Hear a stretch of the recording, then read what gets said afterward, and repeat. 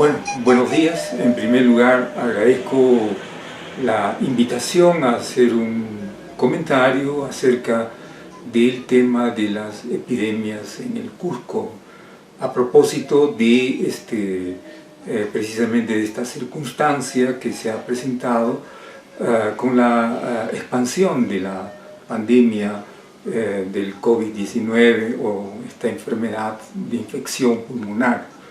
Y claro, este tema obviamente nos ha vuelto a ser un tema de un interés colectivo, no solamente clínico y médico, considerando también que la enfermedad y la experiencia de la enfermedad en realidad es una experiencia que sufren los enfermos, pero también que se desarrollan en las sociedades.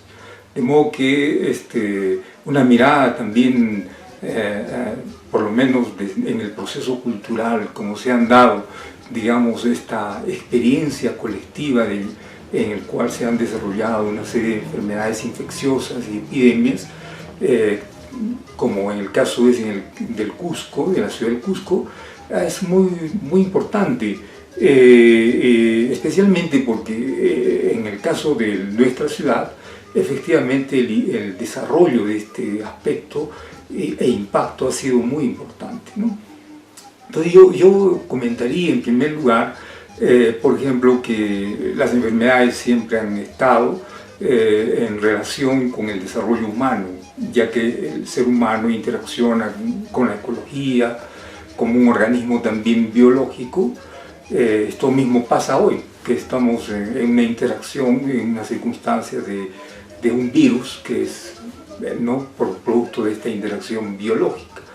Bueno, entonces el hombre, desde que se ha hecho presente, a lo largo de su desarrollo cultural también ha sufrido, digamos, los impactos de las múltiples enfermedades, ¿no? Especialmente cuando se han asociado la aparición también de varios tipos de enfermedades, por ejemplo, con el cambio también del modo de vida de las colectividades. Por ejemplo, la revolución neolítica, la revolución industrial, habrían llevado, por ejemplo, ciertas condiciones para que se intensifique estas relaciones, por ejemplo, con la ecología o las condiciones sociales económicas, ¿no? Bueno, en ese marco, en una mirada en nuestro propio contexto, podemos ver, por ejemplo, que en América, y particularmente en la región del Perú, también se ha desarrollado de manera importante esta observación y tratamiento de la enfermedad, ¿no? Por tanto, también ha habido un sistema médico. Lo podemos ver en las culturas preincas a partir de la arqueología. La arqueología actualmente ha encontrado una serie de evidencias osamentas que indican muchas infecciones y enfermedades. Incluso en un momento se estableció varias discusiones científicas en torno, por ejemplo, a enfermedades como la sífilis en América. Probablemente Tello, que articuló su tesis sobre el tema, quiso un poco tratar varios tipos de infecciones que se daban en la evidencia ósea. Entonces se discutió este tema muy ampliamente y se debatió sus orígenes, ¿no? Y así en realidad también otra fuente que tenemos para tener noticias de este tipo de desarrollo de la enfermedad y la sociedad, lo encontramos en los cronistas. Los cronistas en realidad nos informan de, por ejemplo, también de muchas enfermedades, por ejemplo, que los mismos incas tenían y que afrontaban. Entonces, este tipo de enfermedades se hacían presentes también, motivo por el cual les llevó a desarrollar, como a las demás culturas preincaicas también, un sistema médico para tratar. En el caso de los incas tenían una gran festividad que era el Sito Arraimi, ¿no? El Sito Arraimi, o expulsión de las enfermedades, que ocurría en el cambio de estaciones de secas a lluvias. y probablemente se asociaba este cambio climático digamos, a la emergencia de ciertas enfermedades o a la difusión. Entonces esta festividad era una festividad de observación de los enfermos, de la limpieza de la ciudad y de muchos ritos relacionados, ¿no? Entonces es muy importante esta referencia que tenemos también complementaria. Las enfermedades en realidad van llegando y efectivamente con la llegada de los europeos comienza muy tempranamente a difundirse por el Caribe, por Mesoamérica y luego pasa a América Andina, muchas enfermedades que se van a convertir en, digamos, se van a convertir en epidemias, porque las poblaciones de aquí no tenían inmunológicamente, no habían tenido contacto con este tipo de enfermedades, como la misma simple gripe hoy, pero en ese momento se volvió parte de las epidemias. Así llegó, por ejemplo, a Huayna Capac, estando en Quito, fue afectado por una infección, una enfermedad, ¿no es cierto?, y murió, y lo embalsamaron, y él vino al Cusco, lo trajeron al Cusco, y él también generó una epidemia difundiendo esta, ¿no? Bueno, entonces las enfermedades con los contacto con los pueblos en el mundo se dan, efectivamente es parte de ese proceso también, pero aquí en el Perú se volvió parte también de la conquista. Creo que había que mencionar que el que estudia y contribuyó mucho es el estadounidense David Cook, que, por ejemplo, en su estudio sobre la epidemiología del siglo XVI, o sea, los 1500, justamente él encuentra algunos aspectos básicos de este incremento de interacción de enfermedades. En primer lugar, el choque biológico, ¿no?, y este choque inmunológico. Esto generará efectivamente una crisis demográfica, como él postula en sus estudios, y también, por ejemplo, él encuentra también que hay un pico muy fuerte de epidemias entre 1585 y 1591, ¿no?, en general en el área andina. Y claro, en el área andina también está el Cusco, y Cusco también se veía afectado, además porque es un escenario central en estos acontecimientos.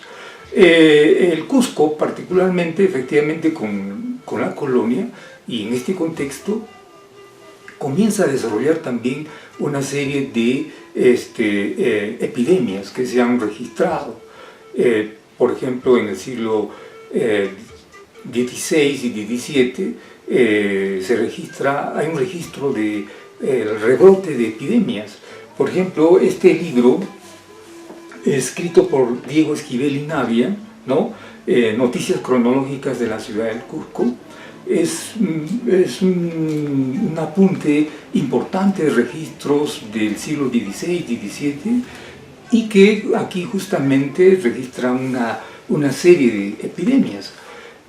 Otros, como Magnus Morner, y sintetiza José Tamayo Herrera en su libro Historia General del Cusco, el desarrollo de estas epidemias en el siglo XVII y XVIII.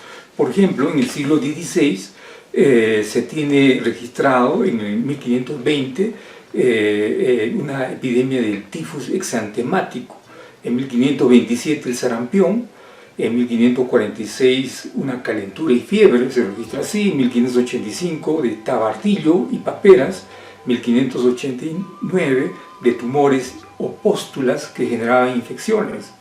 En el siglo XVII hay un largo desarrollo de epidemias, ¿no? Por ejemplo, en 1614 de peste de garrotillo, de erisipela, en 1644 de catarro y dolor de costado, 1693 de crisis de hambruna y sarampión, 1715 de garrotillo, 1720 de epidemia de fiebre, 1726 de fiebre y tabardillo, 1730 de sarampión, ¿no?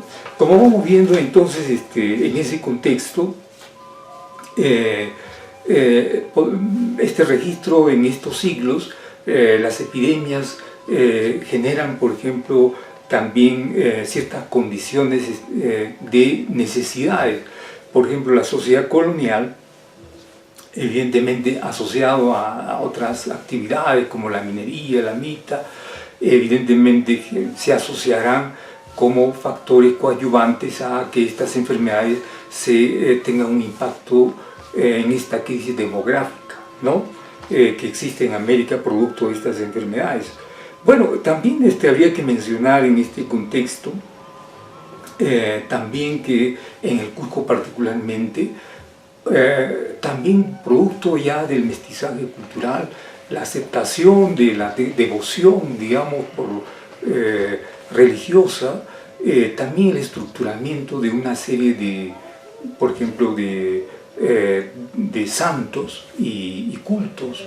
Por ejemplo, se aceptan los santos de salud de los católicos, por ejemplo, en el Cusco en el siglo XVII, XVIII, y todavía persistirá cultos, por ejemplo, como a San Lázaro, que efectivamente había sido instituido en una pequeña capilla a raíz de la batalla de las Salinas, donde los muertos expuestos generaban pues unas infecciones. Y San Lázaro es un santo de salud.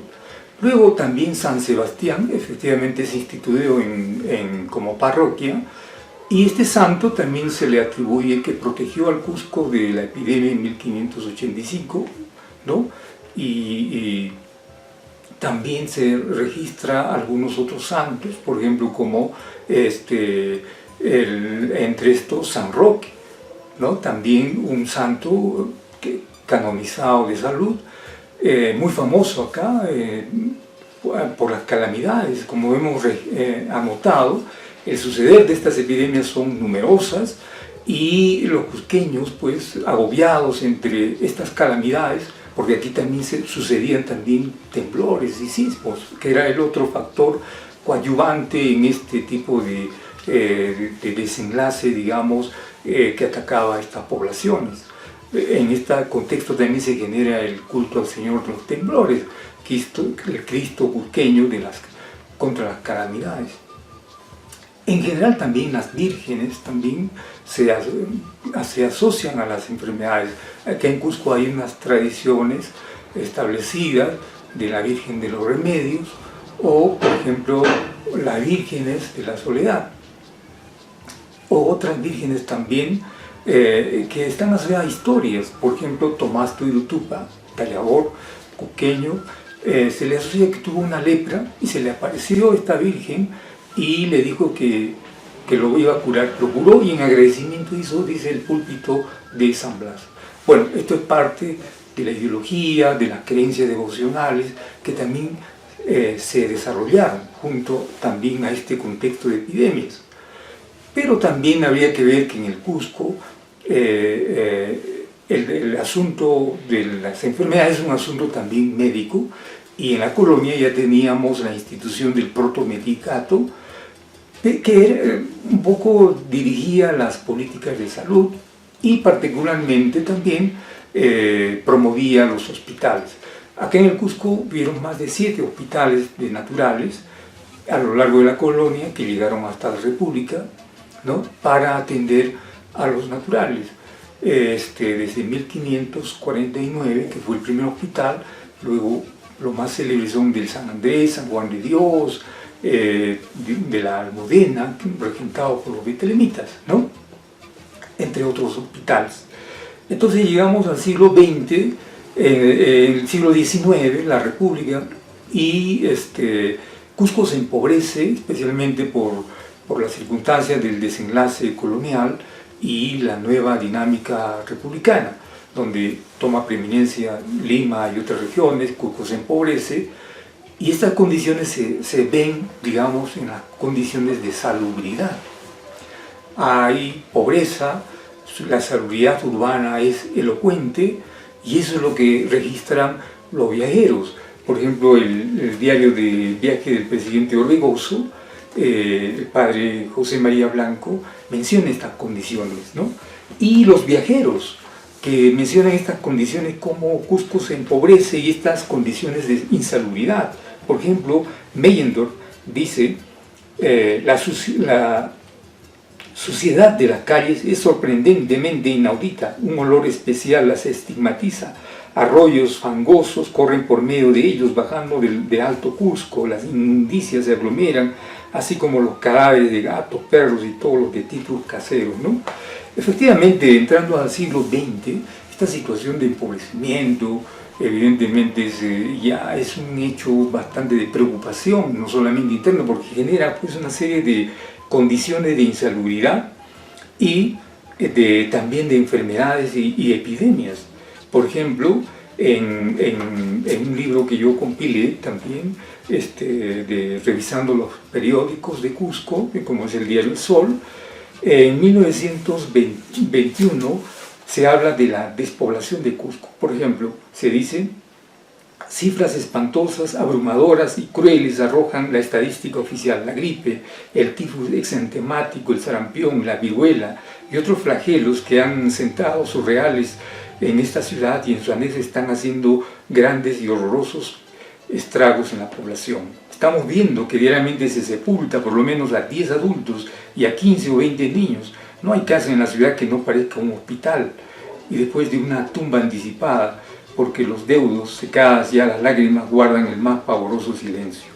Bueno, y así como vamos viendo en las páginas, digamos, de pequeñas registros como periodísticos, se registra, por ejemplo, en 1913 Humberto Luna hace un diagnóstico muy similar de las condiciones precarias de Cusco, y el médico Luis Alberto Arguedas, por ejemplo, en 1921 sigue mostrando esta situación. Por ejemplo, él dice: en Cusco, el lugar donde resido y ejerzo mi profesión, la mortalidad es casi igual a la natalidad, 75%, pues que las antiguas epidemias de la fiebre tifoidea, la viruela, el sarampión y la disentería que diezman la población han venido a aumentarse en los últimos 5 años con el tifus exantemático, la difteria, la tuberculosis, la gripe, etc.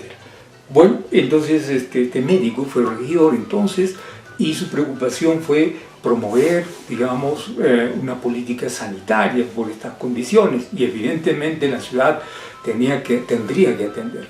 En esa situación, por ejemplo, la ciudad creó el primer cementerio en el siglo XIX, inaugurándose en 1850, con criterios sanitarios, porque las anteriores formas de enterramiento que hacían en los atrios, producto de las masivas epidemias, generaba también infecciones. Entonces se generó primero en algunos lugares como Ayahuayco estos enterramientos extramuros que se decía, y luego este cementerio. Pero en el siglo XX, en esas condiciones sanitarias preocupantes, igualmente se promueven obras, por ejemplo, como el saneamiento urbano o la canalización de los ríos que bajaban por la ciudad, el Tulumayo, Choquichaca-Tulumayo, el Sapi y Chunchulmayo, ¿no? Esto va a durar a lo largo de varias décadas, la canalización, poco a poco, y eran focos de alguna manera de insalubridad.